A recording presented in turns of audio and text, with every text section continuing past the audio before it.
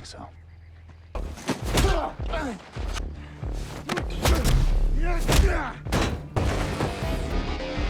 Don't! Don't! I'll do it!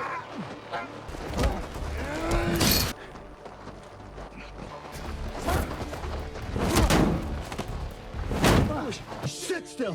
Fuck you!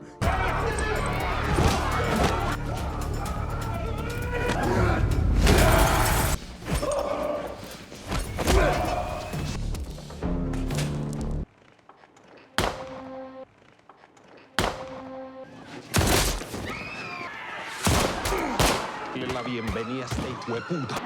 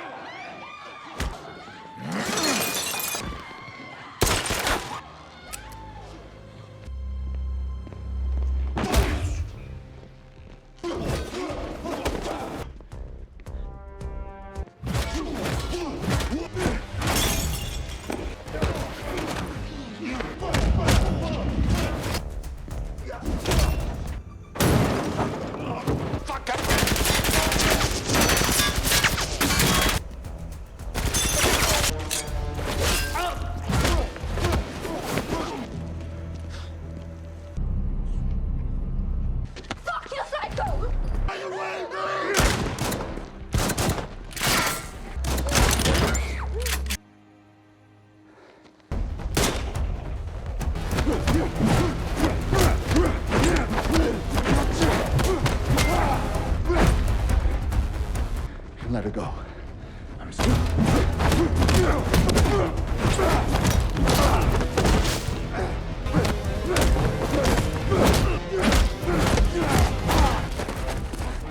I pay you to kill.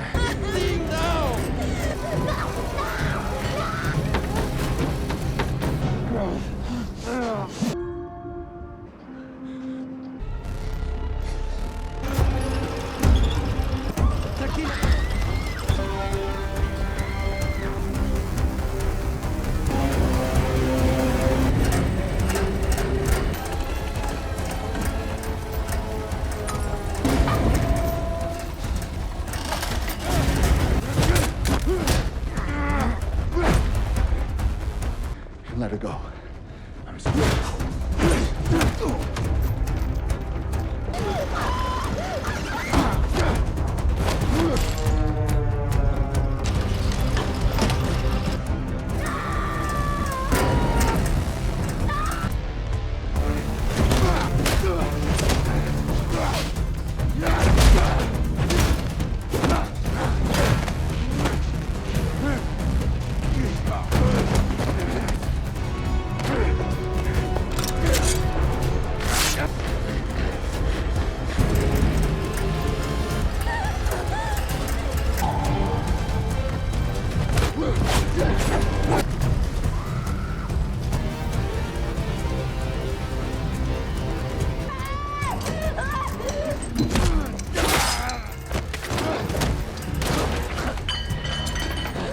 I tried to stop your mom to say a permitirme, amor. I pay you to kill. First floor. The diamonds!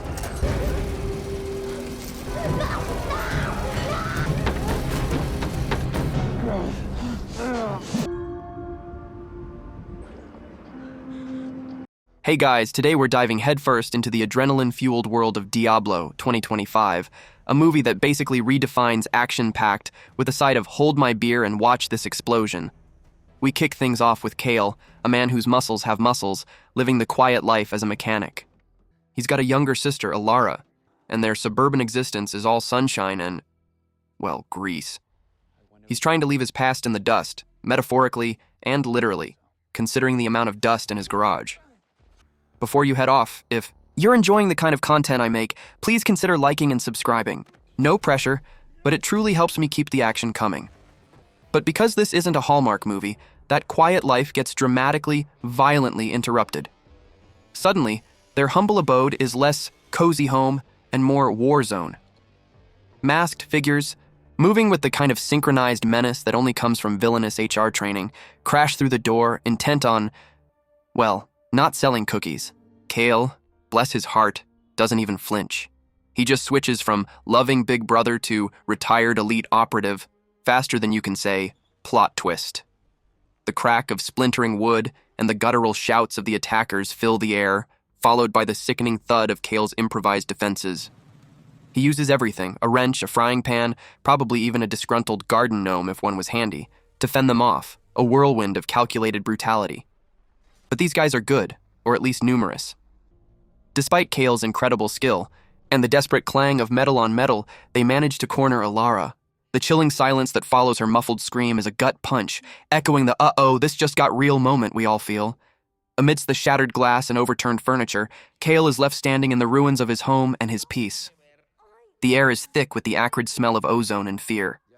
His sister is gone, swallowed by the night, and Kyle's face is a mask of pure, unadulterated rage. He's not just angry. He's past the angry stage and has moved straight into, I will find you and I will end you territory. As he surveys the wreckage, a small metallic glint catches his eye.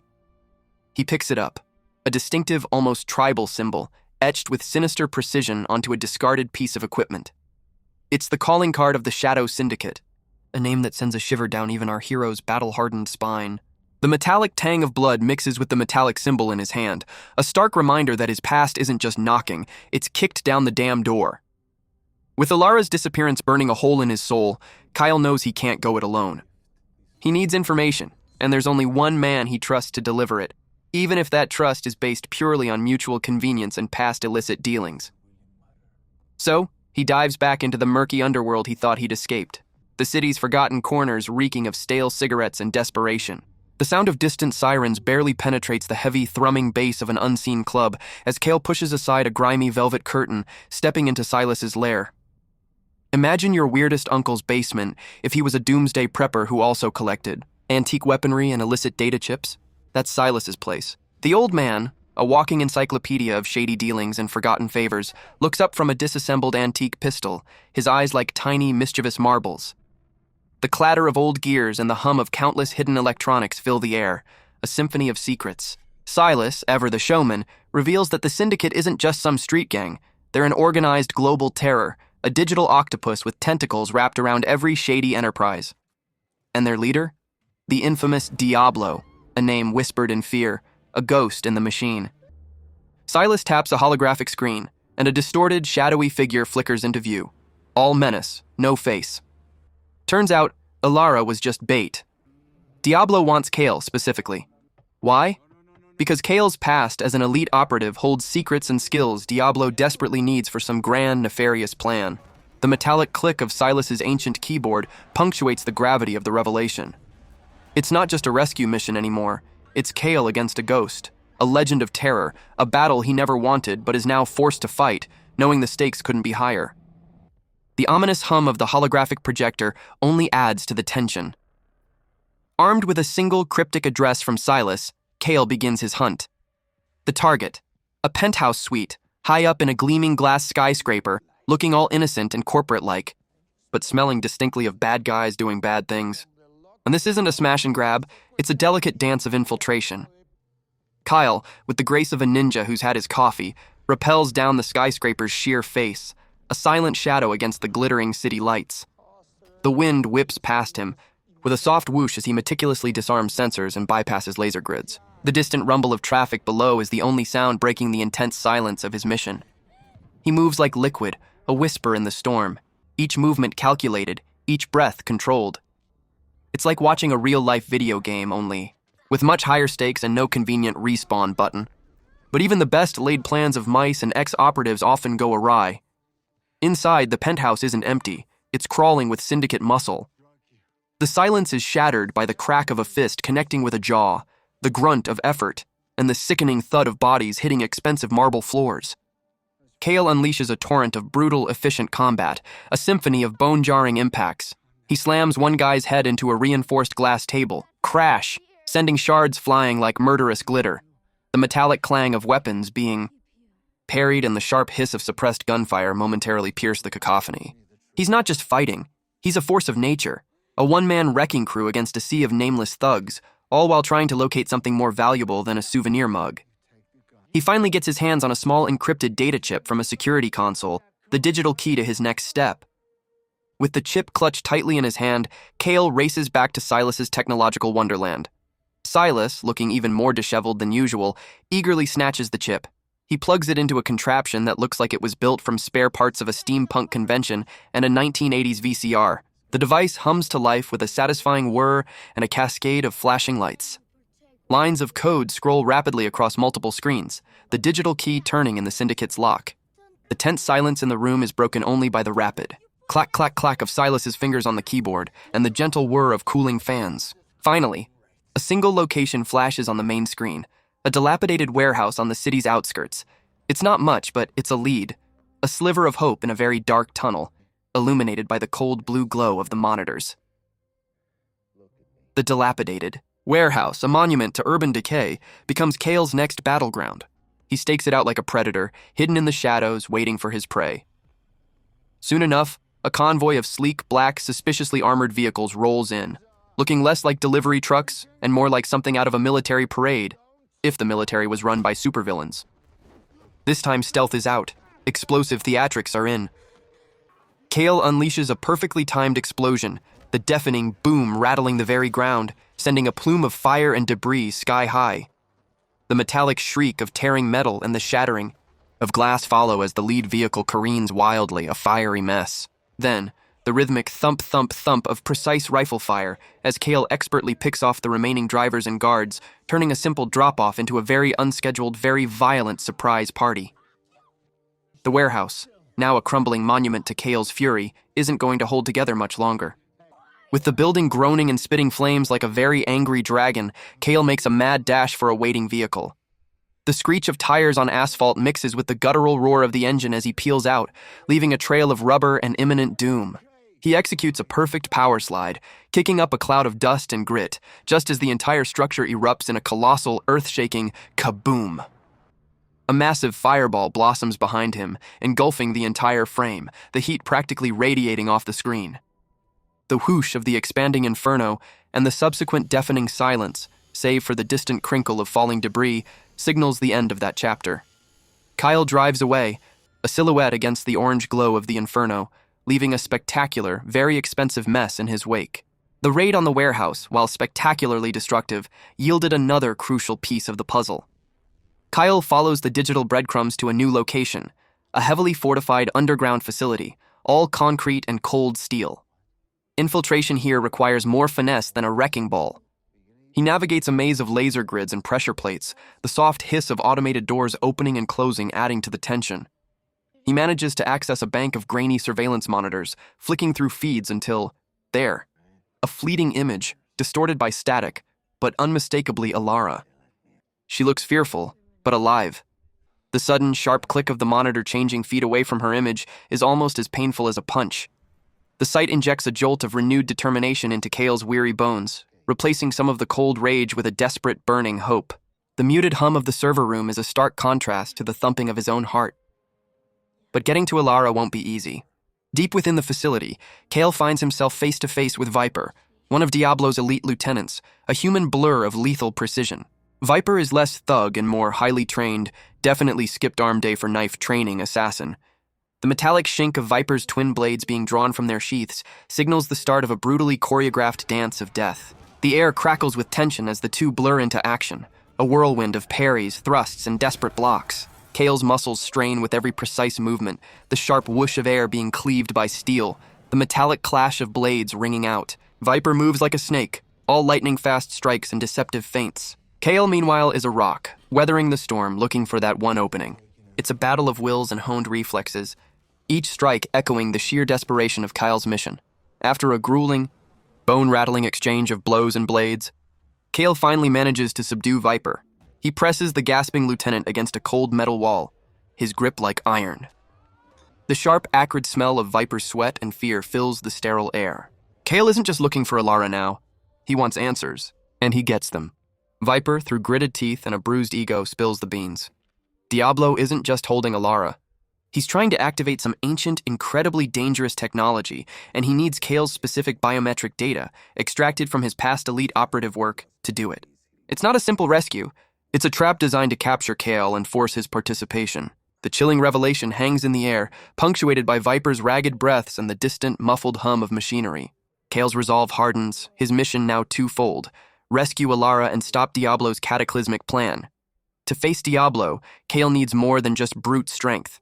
He needs brains, specifically the kind that can hack the hell out of a global criminal empire. So, he tracks down Anya, a ghost in the machine, a former colleague whose fingers could type faster than the speed of light.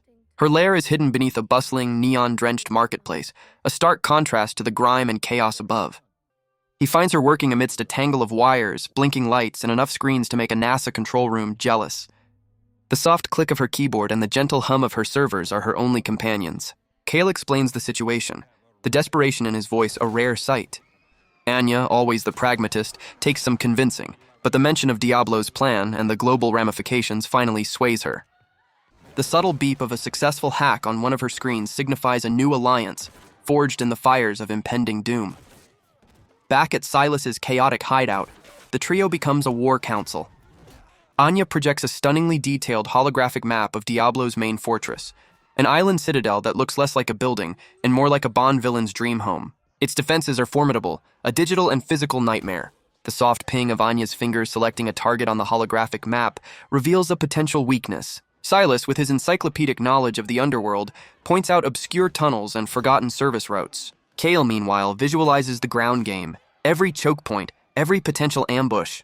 The air crackles with focused intensity, the collective hum of their planning a stark contrast to the chaos they're about to unleash. They strategize, the click of Anya's tablet mixing with Silas's muttered calculations, creating a blueprint for total infiltration and utter chaos.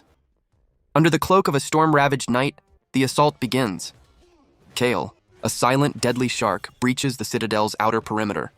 He emerges from the churning ocean, dripping wet, onto a jagged rock face beneath the fortress, the roar of the waves attempting to mask his movements, the metallic snick of his climbing gear engaging with the rock, and the soft thump of his specialized boots finding purchase are the only sounds. He scales the treacherous cliff face with a primal grace, bypassing lasers and motion sensors that blink menacingly in the darkness. Anya, miles away, provides real-time intel, her voice a calm whisper through Kyle's comms, guiding him through the labyrinth of the fortress's external defenses. It's a ballet of stealth and precision, a ghost in the machine infiltrating the very heart of evil, the metallic tang of sea salt on his lips. While Kale is busy playing human climbing spider, Anya is waging a different kind of war. Back in Silas's hideout, bathed in the eerie glow of multiple monitors, she's a digital maestro, her fingers flying across the keyboard with a furious rhythmic clatter. She's battling Diablo's advanced firewalls, lines of code, and enemy army attempting to repel her. The sharp beep of intrusion alerts and the furious flashing of digital alarms on her screens show the intensity of the struggle. With a grunt of triumph and a final, satisfying ka-chunk on the keyboard, she bypasses the core security system, collapsing Diablo's digital defenses like a house of cards. A triumphant ping echoes through the room, signifying Kale's green light. The soft hum of her supercomputer confirms the victory, giving Kale the precious seconds he needs. With the digital doors open, Kale storms the fortress's interior. Suddenly, the sterile, gleaming corridors, all polished chrome and white light, transform into a shooting gallery. Syndicate guards, looking like fashion models for a private military company, pour out from every access point. The air fills with the sharp crack of gunfire and the metallic zing of ricocheting bullets. Kale, a blur of motion, slides across the polished floor, two pistols spitting fire, a ballet of controlled chaos. The thud of bodies hitting the ground, the desperate shouts, and the shattering of reinforced glass become a symphony of destruction. He's not just fighting. He's clearing a path with prejudice, each bullet a message, each punch a declaration. It's a relentless, heart-pounding sequence that reminds you why Kale is the guy you call when the bad guys really need to go away.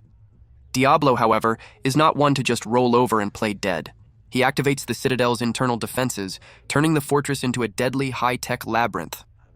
The soft whir of hidden mechanisms and the sudden snap of electricity as laser grids materialize out of thin air add a new layer of menace.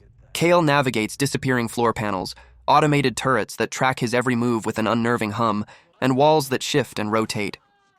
It's like a deadly game of Twister, only instead of losing a limb to awkward positioning, you lose it to a plasma beam. He slides, ducks, and rolls, the whoosh of air past his ears as he narrowly dodges a lethal laser, his movements a desperate scramble for survival.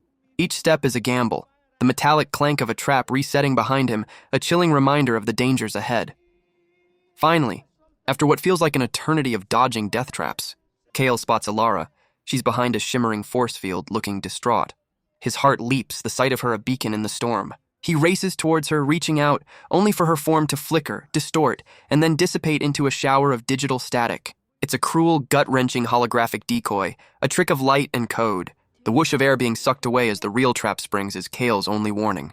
Walls slam shut, trapping him, and armed drones, their rotors whirring ominously, descend from the ceiling. Diablo clearly enjoys playing with his food, but this particular appetizer has just had his hope crushed, and his rage amplified tenfold. The metallic thrum of the activated force fields around him only serves to fuel his fury. Trapped but not defeated, Kale is funneled into Diablo's inner sanctum, a lavish yet sinister command center. A figure emerges from the deep shadows, the very air seeming to thicken with anticipation. And then the reveal. Diablo isn't some shadowy figure he's never met. It's Elias Thorne, Kale's former mentor, a man Kale believed was long dead. The gasp Kyle lets out is barely audible, a mixture of shock and betrayal. Thorne, his voice dripping with condescending superiority, unveils his grand, twisted plan. To cleanse the world of chaos by imposing his own brutal order, using ancient technology and Kale's unique operational profile to unlock it. He blames Kale's past actions, or inactions, for his own dark transformation. The chilling clink of a glass on a table is the only sound in the tense silence, punctuated by the subtle hum of the supercomputer powering Thorne's grand vision. It's a villain monologue for the ages, complete with a bitter personal twist. Thorne, in a moment of theatrical villainy, offers Kale a place by his side, a seat at the table of his new world order, promising power and purpose. It's the classic join me or die speech, only with more expensive tailoring. Kale, however, isn't swayed by pretty words or false promises. His eyes, burning with a righteous fury, meet Thorne's cold gaze. He spits on the polished floor, a raw act of defiance, rejecting Thorne's corrupted ideology and everything he stands for. The subtle hiss of Thorne's controlled anger, the almost imperceptible clenching of his jaw, signals the end of pleasantries. The silence that follows Kale's refusal is thick with impending violence, a palpable tension. The metallic snick of Kale preparing his hidden blade is almost lost in the weighty atmosphere, but its presence is felt. Thorne, clearly not one for a polite no thank you, immediately sicks his elite guard on Kale. These aren't your average goons. They're technologically enhanced, faster, stronger, and probably have better dental plans than Kale. The thump, thump, thump of their heavy, armored boots as they charge signals the start of the next brutal gauntlet. Kale, a lone warrior against a tide of super soldiers, unleashes a flurry of punches and kicks, a whirlwind of desperation and honed skill. The metallic clang of his strikes against their armored plating and the crack of bones, mostly theirs, echoes through the chamber. It's a relentless visceral fight, Kale pushing his body to its absolute limits, each grunt of effort audible, each breath ragged. He's bleeding, bruised, but far from broken, a testament to sheer willpower against overwhelming odds. Battered and bruised, Kale is running on fumes, but his determination to rescue Alara and stop Thorne is a powerful burning fuel. He digs deep, past the pain, past the fatigue, into a wellspring of primal instinct. The sharp clang of metal as he rips a piece of debris from the wall, using it as an improvised weapon, shows his desperation. His movements, though visibly more labored, are no less effective. They're raw, brutal, and utterly without mercy. He uses the environment as an extension of his will, slamming an enemy into a sparking console, sending a shower of electrical crackles. It's not elegant, but it's effective. The grunts of pain from his opponents and the ragged gasps of Kale himself create a symphony of brutal combat, each blow a testament to his relentless will to survive and ultimately, to win. He's not fighting for glory. He's fighting for family, and that makes him infinitely more dangerous. The battle against the elite guards spills into an even more dangerous arena. A massive, industrial section of the fortress, all churning gears, sparking conduits, and steam vents that hiss like angry serpents. Kale, ever the tactician, turns the environment into his greatest weapon. The loud metallic clang of heavy machinery being activated by a well-placed kick, the ominous grind of colossal gears engaging, the sudden whoosh of steam engulfing an unsuspecting guard. It's beautiful, destructive chaos. He ducks beneath a conveyor belt, narrowly avoiding an overhead crusher, then kicks a control panel, sending another guard tumbling into a cascade of churning gears with a sickening crunch. It's a masterclass in using your surroundings, proving that sometimes the deadliest weapon isn't a gun, but a well-timed engineering mishap. The deafening roar of the machinery mixes with the desperate shouts of the remaining enemies. Meanwhile, Ilara, not content to be a damsel in distress, is quietly plotting her own resistance. From her containment cell, her eyes, filled with a defiant spark, scan her surroundings. She spots a vulnerability, a flickering panel, a loose wire. With a quiet determination and the soft click of a broken piece of tech being jammed into a conduit, she creates a small, localized power surge. The subsequent POP and shower of sparks from a nearby control panel isn't much, but it's enough. It causes a momentary power fluctuation, temporarily disabling a section of Thorn's security system, or perhaps just distracting a guard. It's a small act of rebellion, a quiet zing in the electronic hum, but it's enough to give Kale a precious second, a tiny advantage in his seemingly insurmountable battle. Her courage, though subtle, echoes loudly in the hum of the prison. The moment of truth arrives. Kale finally confronts Thorn in the central command room, a vast space humming with the malevolent power of Thorn's grand design. The air crackles with unspoken history and raw fury. The two men, mentor and student, now bitter enemies, lock eyes. The silence is deafening, pregnant with the weight of their past.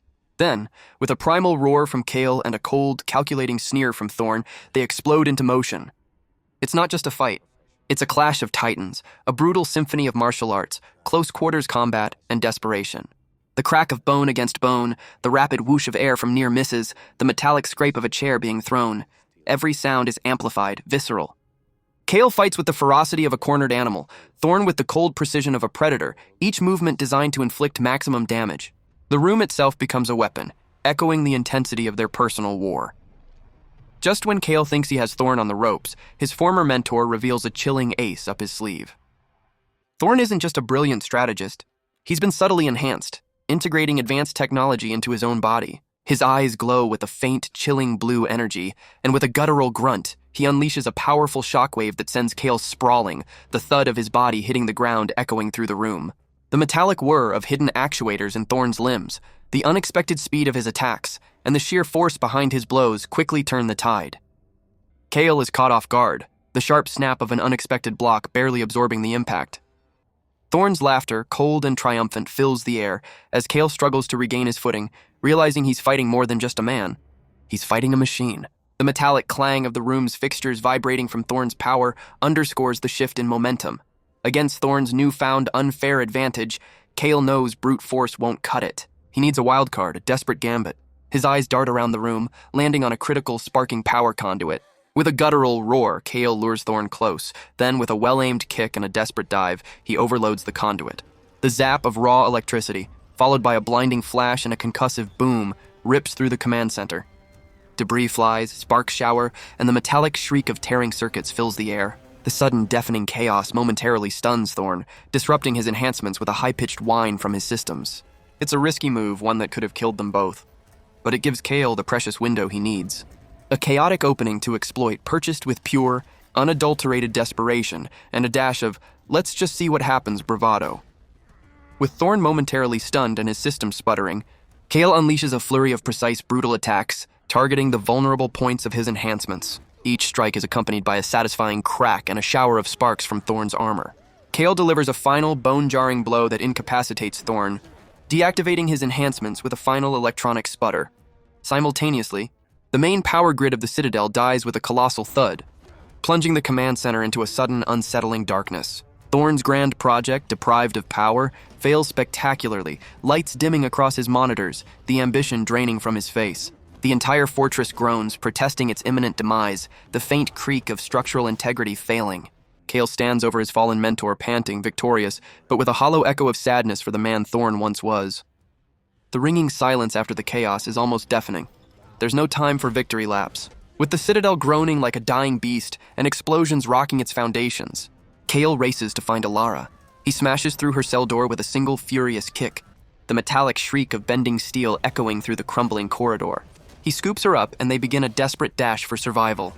The air is thick with smoke and the acrid smell of burning electronics. The boom of distant explosions and the crumble of concrete falling around them create a symphony of destruction. They leap across rapidly collapsing bridges, the wind rushing past them with a terrifying whoosh, narrowly avoiding being swallowed by the raging inferno below.